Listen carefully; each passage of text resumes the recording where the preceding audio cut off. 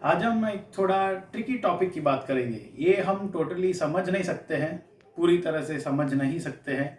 ये कुछ अनंत काल जैसे टॉपिक है। क्या आप अनंत काल के बारे में सोच सकते हैं? अनंत काल कितना लंबा है, कितना चौड़ा है? नहीं सोच सकते है ना। लेकिन ऐसा कुछ है, वो हमको पता है। तो ये टॉपिक कुछ ऐसा है, हमको पता है कि ऐसा कुछ हो सकता है, लेकिन हमारे समझ के परे है।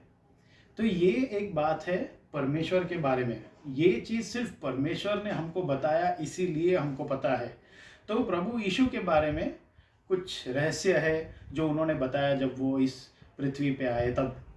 तो ये बात जानने के लिए, मतलब यूहन्ना 5:19 से 30 और यूहन्ना 6:38 से 50, ये हमको समझ में तब आएगा जब प्रभु यीशु कौन है वो हमें समझ में आएगा। और वो चीज़ सिर्फ प्रभु यीशु हमें बता सकते थे। और यहाँ पे मैंने कुछ चित्र बनाया है। इसमें एक ट्रायंगल है, त्रिकोण है, पिता, पुत्र और पवित्र आत्मा। 3 प है, पिता, पुत्र, पवित्र आत्मा। वो तीनों तीन अलग अलग है। पिता पुत्र नहीं है, पुत्र पवित्र आत्मा नहीं है, पिता पवित्र आत्मा नहीं है। वो तीन अलग अलग व्यक्ति है, लेकिन तीनों तीन एक परमेश्वर है। उसको त्रिएक, अगर एक शब्द में बोलना चाहो तो त्रिएक परमेश्वर है। सभी का स्वभाव दिव्य है, मतलब तीनों तीन परमेश्वर है। अभी यूहन्ना 1 में हमने देखा हुआ है कि आदि में शब्द था, शब्द परमेश्वर के साथ थे और शब्द परमेश्वर थे। वहाँ पे प्रभु यीशु के बारे में बताया है। तब तक हम नहीं जानते थे उनका नाम प्रभु यीशु है। तब तक हमको सिर्फ ये बताने में आया कि हम परमेश्वर है।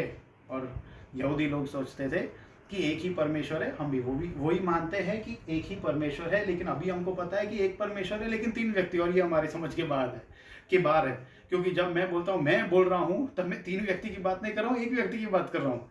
तो इसलिए ये सिर्फ हम थोड़ा थोड़ा समझ सकते हैं, पूरी तरह समझ नहीं पाएंगे। लेकिन मैं अभी थोड़ा प्रयास करूंगा उसको समझाने की, थोड़ी थोड़ी जितनी कर सकता हूँ उतना। तो यूहन्ना 1:14 में लिखा है कि ये जो शब्द है वो सदैव होकर हमारे बीच में उसने वास किया। तो अभी कौन कौन आया स्वर्ग से, ये हमको यहाँ पता चलता है। यूहन्ना 5 और यूहन्ना 6 में प्रभु यीशु बोलते हैं कि स्वर्ग से मैं आया हूँ। पिता ने जिसको भेजा है, जो स्वर्ग से उतरा है, वो ही सब कुछ बता सकता है आपको परमेश्वर के बारे में। और प्रभु यीशु ही उतरे हैं। और वो यूहन्ना 1 में हमको पता है कि शब्द सदैव हुए, उसका मतलब परमेश्वर सदैव हुए। और इसलिए यहाँ पे मैंने ये सर्कल को त्रिकोण से जोड़ा है, पूरी तरह नहीं, बीच में नहीं, यहीं पे सिर्फ पुत्र को छू रहे, क्योंकि परमेश्वर में से एक व्यक्ति, वो है प्रभु यीशु, बने मानव, वो बने मनुष्य। मतलब बाइबल ऐसा हमको सिखाती है कि पुत्र जो है, मतलब प्रभु यीशु, संपूर्ण मनुष्यत्व थी उनमें और संपूर्ण दिव्यता या वो संपूर्ण रीत से देव भी है। मैं थे नहीं बोल रहा हूँ, क्योंकि परमेश्वर, जैसे हमने पहले देखा है, अनंत काल से है और अनंत काल तक रहेंगे। उनमें कोई समय की सीमा नहीं है। अभी ये समझने के लिए, मतलब यूहन्ना 5 और यूहन्ना 6, उसके लिए हमको परमेश्वर ने बहुत कुछ बताया ये 2 पंक्तियां में। और हम देखेंगे आगे क्या है। तो पुत्र पिता से प्रेम करते हैं, तीनों तीन एक साथ रहते हैं, प्यार करते हैं एक दूसरे से। क्योंकि अगर हम देखने जाए तो परमेश्वर को कुछ नया सीखने की जरूरत नहीं है। अगर हम सोचे कि एक परमेश्वर एक ही व्यक्ति है, तो ये ये प्रॉब्लम है। क्योंकि अगर ये वर्ड ले प्यार, तो प्यार 2 जन से ज्यादा में ही हो सकता है।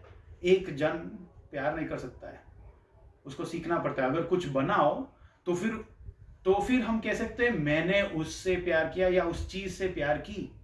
तो परमेश्वर जब अकेले थे, जब कुछ नहीं था, जब परमेश्वर ने सबसे पहली चीज की रचना की, उससे पहले परमेश्वर अकेले थे। तो फिर वो कैसे बोल सकते हैं कि मैं प्यार करता हूं? उनको सीखना पड़ता। लेकिन हम देखते हैं यहाँ पे पिता पुत्र पवित्र आत्मा तीनों तीन व्यक्ति है परमेश्वर के अंदर, मतलब उनको प्यार पहले से ही पता था। तीनों तीन एक दूसरे से प्यार करते थे और उनको और किसी चीज़ की ज़रूरत नहीं थी। वैसे ही परमेश्वर को किस चीज़ की ज़रूरत है ही नहीं।